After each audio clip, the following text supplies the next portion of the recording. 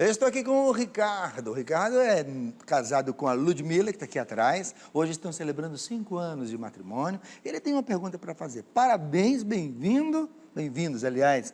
Muito obrigado pela acolhida. De onde vocês são mesmo, Ricardo? Belo Horizonte. Belo Horizonte. Isso. Sua pergunta para quem é? O Padre Anderson. Qual é a pergunta, querido? Na verdade, é uma curiosidade e uma sugestão, né? Padre Anderson, na celebração da Santa Missa, a Assembleia responde o Amém na hora do Pai Nosso? E a outra sugestão é, nós como leigos, o que a gente pode fazer para a igreja e para os sacerdotes para contribuir com a liturgia da Santa Missa? Ótimo. Obrigado, Ricardo. Obrigado, Ricardo, Obrigado. pela pergunta.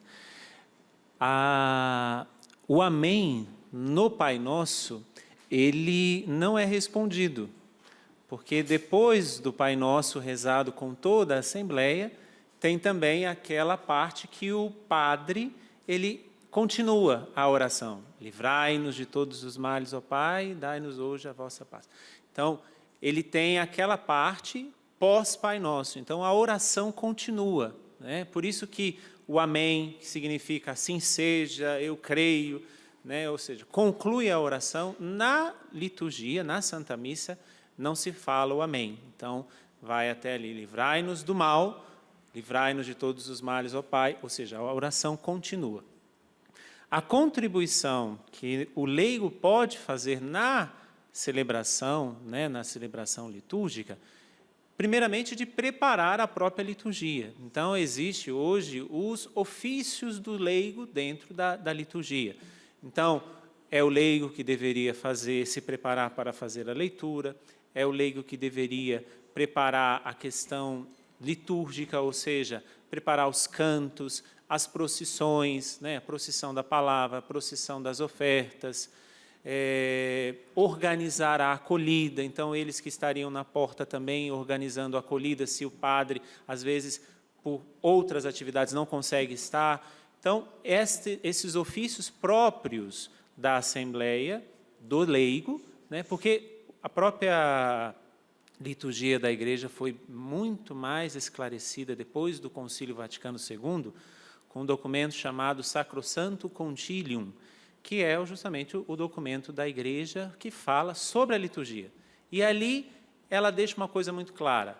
Não é que o padre deve fazer tudo, e não é que o leigo deve fazer tudo. Cada um tem o seu espaço dentro da celebração eucarística. Por quê? Porque a Igreja é povo de Deus, não é apenas uma cadeia que vem a parte de cima, a parte de baixo e a base. Não, a Igreja é povo de Deus, cada um ocupando o seu lugar, mas todos servindo, trabalhando para o reino de Deus. Obrigado, padre. Eu me valho da participação do Ricardo, agradecer mais uma vez, e para dizer que, estando aqui na Canção Nova, venha aqui para o Estúdio Santa Clara, onde acontece o programa Trocando Ideias, e você pode fazer como o Ricardo, participar ao vivo, fazendo aqui a sua pergunta, tá bom? Obrigado, Ricardo. Obrigado, Ludmila, mais uma vez, pelo sacramento que você celebra aqui hoje com a gente.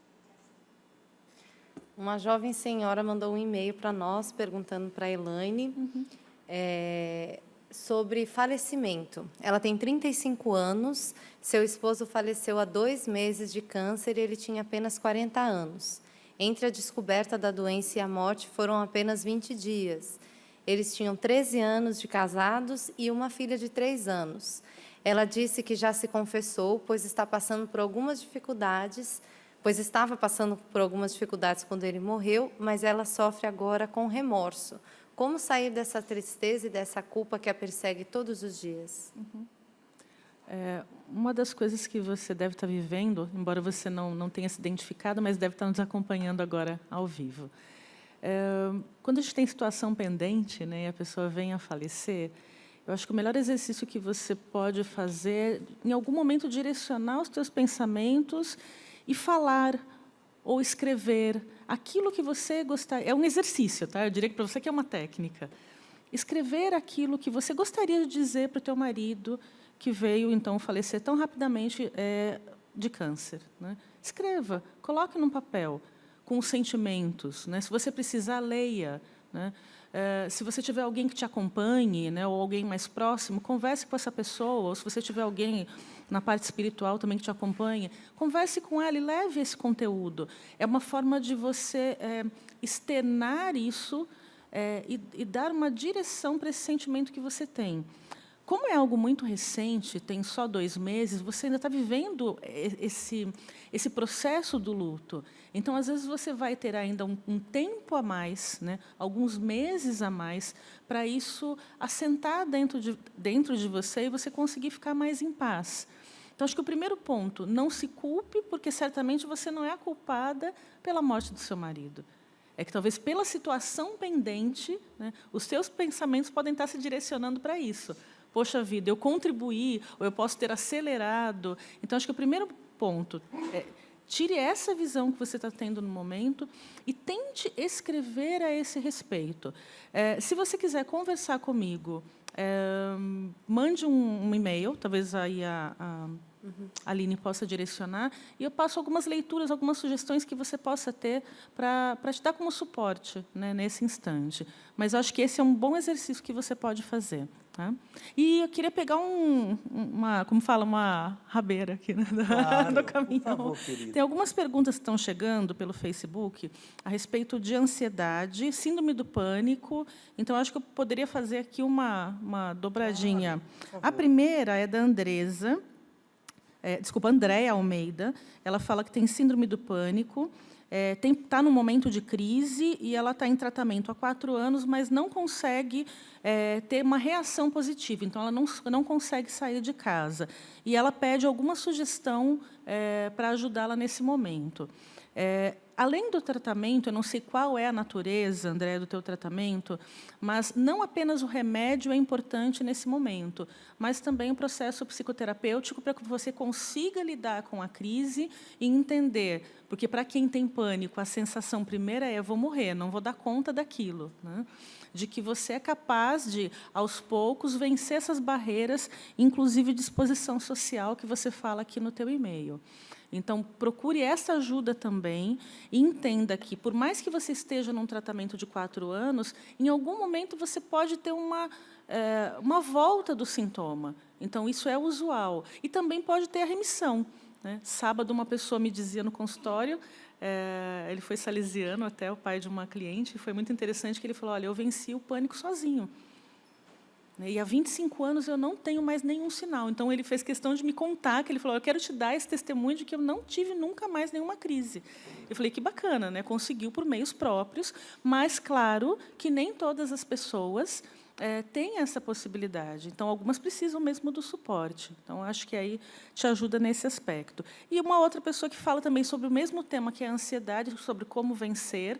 Depende muito do grau, então sempre é interessante a busca, tanto de suporte psicológico quanto médico, mas nem sempre a medicação vai ser necessária. Tá? Então, para que a gente também não incite tanto aquela coisa, né? Médico, médico, médico, remédio, remédio, remédio. Algumas coisas podem ser vencidas também com ajuda terapêutica. Okay? Obrigado. Obrigada. Por favor, padre. Só uma outra pergunta, né, que tinha sido direcionada à Elaine, porque a jovem senhora ela começa dizendo que ela, inclusive, confessou. Né? A Elaine tocou justamente neste ponto, porque, a partir do momento que você confessa, o perdão de Deus você já tem.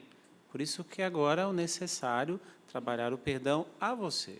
Né? Você se perdoar, como a Elaine bem disse, não tem culpa. Né? Então, a partir do momento que ainda é muito recente, daria um conselho de você procurar justamente uma direção espiritual, alguém que possa te acompanhar neste processo. É muito recente, você ainda está vivendo o luto, você já confessou, então eu pego justamente isso, porque a partir do momento da confissão, você, diante de Deus, já está perdoada, já está absolvida. Mas agora é preciso ser amiga do tempo, porque é somente o tempo que vai colocando as coisas nos seus determinados lugares. Obrigado, padre. Eu sempre digo da importância da gente ter um padre por perto. O padre falou que a gente tem que ser amigo do tempo. Eu digo que a gente tem que ser amigo de um padre. Como é bom. Cleto, uma senhora de 57 anos, casada, que pede para não ser identificada, pergunta: sou casada há mais de 30 anos e meu esposo vive no adultério. Porém, fizemos um retiro de carnaval e ele me prometeu que não iria mais adulterar. Porém, desconfio que não seja verdade, Não quero me separar, mas também não sei como viver com meu marido. O que fazer? Repete só o finalzinho que enquanto... Fiz uma interferência aqui. Quando eu estava olhando para você, ela veio me apresentar. problema. Então, ela é casada há um certo Ela é casada tempo. há 30 anos, isso. E meu esposo vivia no adultério. Fizeram um retiro de carnaval e ele a prometeu que não iria mais adulterar. Ela desconfia que não seja verdade. Ela não quer se separar, mas também não sabe como viver com o marido. É depositar tudo na confiança. A partir do momento que teu esposo fez esse encontro, eu acredito que Deus fez algo no coração dele. Ele falou para você que não quer mais a traição. Essa desconfiança agora, que você carrega no seu coração, ela tem que ser transformada por confiança, por esperança. Acreditar que Deus fez algo na vida do seu esposo e começar um tempo novo. Porque a desconfiança gera os ciúmes, aí você começa a funcionar, a cabeça começa a armar um monte de trama, e aí um desastre. A partir desse momento que houve esse encontro pessoal de Deus com o seu esposo, é confiar e começar tudo de novo, começar em ritmo de lua de mel, novo tempo, aos 57 anos de idade. Eu acredito. Tem jeito. Tem jeito, Aproveite e fala um pouquinho para a gente, Cleto, obrigado pela resposta, sobre o livro que você está apresentando. Para frente, a vida continua. Então, foi interessante. Durante 3 anos, eu fui em vários lugares do Brasil. Norte do Brasil, Nordeste, Centro-Oeste, Sul e Sudeste, pregando esse tema com Deus tem jeito. E assim que acabavam as pregações, eu ia no meio do povo e abraçava um, abraçava o outro, tanto o jovem quanto o adulto, o idoso. As pessoas falavam assim: puxa, Cleto, foi tão bom escutar essa mensagem de esperança, que tem jeito, que para Deus nada é impossível. Essa era a primeira fala. Mas a segunda fala que eu escutava era o quê? Mas o que eu faço? Meu marido continua na bebida. O que eu faço? Meu filho continua nas drogas. Cleto, o que eu faço? Meu marido está com outra, foi embora e não vai voltar mais. E situações também de emprego, pessoas que já enviaram currículo e já foram desistindo porque não tinham retorno dos trabalhos. A morte. Cleto, perdi uma pessoa que eu amo tanto, morreu. Então eu fui vendo, Ricardo, no meu coração ficava isso. Deus dizendo assim: Cleto, põe um conteúdo na mão das pessoas que fala que a vida continua. Eu fui vendo que as pessoas vão paralisando em algum ponto da vida. Quer ver um exemplo bem concreto? Marido e mulher. O marido vai embora. Não quer mais. Foi embora. Aí a esposa fala: Cleto, e aí? Os nossos filhos? O que eu faço? Deus não quer a separação. Deus quer a união. Mas o benditinho, ele tem o dom da liberdade, ele foi embora. Então, a vida da esposa não pode parar diante dessa perda. Um outro ponto, casalzinho de namorado, namorando, pensando em noivar, pensando em casar, os dois conversando, construíram já um projeto, um sonho, a casa, a família, os filhos e tal. Aquela mesma pessoa que falou assim: eu te amo hoje, amanhã acorda por WhatsApp. Acabou, terminou. Aí a jovenzinha ou o jovem fica: acabou tudo. Então, esse livro, o conteúdo dele, o ponto central, o objetivo central é: a sua vida não pode parar e nem acabar em razão das perdas. A sua vida precisa continuar. Para frente. Para frente. Aí eu começo o livro falando da história da minha mãe, que eu nunca parei para escutar a história dos meus pais. E aí, liguei para a dona Mercedes, de 85 anos de idade, e ela que escreveu, com auxílio da minha sobrinha. Minha mãe perdeu fazenda, meu pai perdeu fazenda no jogo, no vício do álcool, negócios mal feitos. Então, a minha mãe, ela diz ali: eu não parei nessa perda, minha vida seguiu em frente. E como que ela continuou sustentando a casa? Costurando, fornecendo marmita. Aquela que era a fazendeira, houve esse declínio, mas ela continuou. Para frente. Para frente, a vida continua. Então, esse é o objetivo. A vida não pode parar diante das perdas. Obrigado, a vida Cleto. continua. Obrigado, muito obrigado. Obrigado mesmo. Gente, o livro Para Frente, a vida continua. Você pode adquirir com a gente agora mesmo, ligando no 0 Operadora 12 3186 2600, na nossa loja virtual, loja.cançãonova.com. nas lojas Canção Nova e com os nossos evangelizadores porta a porta. Se você deseja receber o Cleto aí na sua cidade, para pregar no retiro, na sua paróquia, no seu grupo de oração e apresentar o livro para frente, a vida continua. Qual é o contato, Cletinho? cleto@cançãonova.com. Oh, coisa boa, olha como é fácil, cleto@cançãonova.com. Amanhã estou indo para Cuiabá, vivenciar a quinta-feira de adoração lá, dia 23 de abril, em Cuiabá, na nossa casa de missão. E dia 3 de maio, em Itapipoca, no Ceará. Que delícia! Se eu fosse você, entraria em contato com o Cleto agora. cleto@cançãonova.com. Obrigado, querido. A Lucineide Duarte, de Campo Limpo Paulista, pergunta para o Padre Anderson: como é visto por nós católicos uma caridade feita por um espírita? Nós podemos aceitá-la? Lucineide, a caridade, ela é sempre caridade, independente de quem venha. A questão é muito simples. Por que está sendo feita aquela ação caritativa? Então, existe aí pontos divergentes, pontos que precisam ser questionados.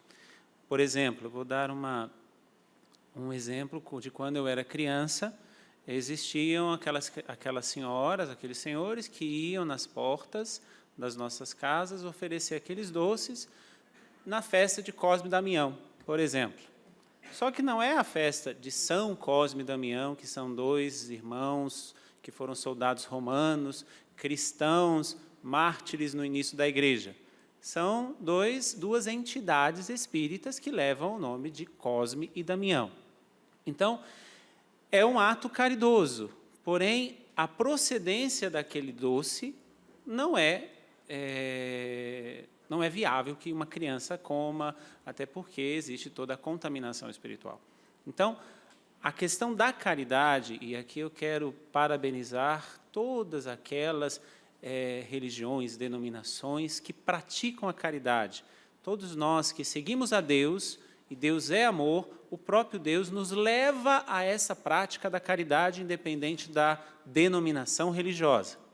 O grande problema é olhar, perceber, saber a procedência e o porquê daquela obra caritativa. É aí que eu preciso ter um certo cuidado para saber.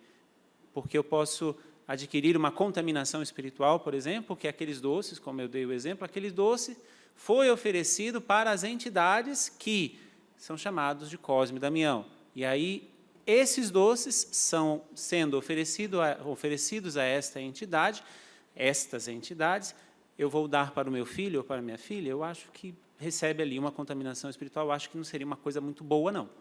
Então, o ponto agora é esse. A caridade, ela é sempre vinda da parte de Deus. Porém, eu preciso entender qual a intenção em fazer aquela caridade. Se é, como foi falado, a dinâmica do Espiritismo, é para uma espécie de purificação, porque eles acreditam na reencarnação, mas nós acreditamos na encarnação. O Verbo que se fez carne e veio para nos salvar, e nós só temos essa vida. Nós não vamos ficar pulando de galho em galho aí, como pensando que nós precisamos fazer várias e várias reencarnações para nos purificar. O que nos purifica foi o sangue de Jesus. É por ele que nós somos caridosos. Obrigado, padre. O Cleto agora há pouco falou sobre noivos e namorados, e eu aproveito a oportunidade para dizer que nós já estamos preparando o nosso aprofundamento para namorados e noivos. Ele vai acontecer aqui na Canção Nova, no Auditório São Paulo, as vagas são limitadas, nos dias 12, 13 e 14 de junho, com o tema E Deus os criou homem e mulher. O professor Felipe Aquino e o padre Rafael Solano estarão presentes neste aprofundamento. Eliana e eu estaremos também aqui esperando você.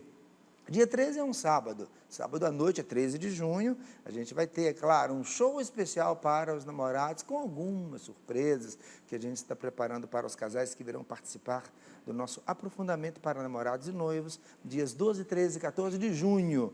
Você já pode entrar em contato pelo 0 operadora 12 31 86 2600.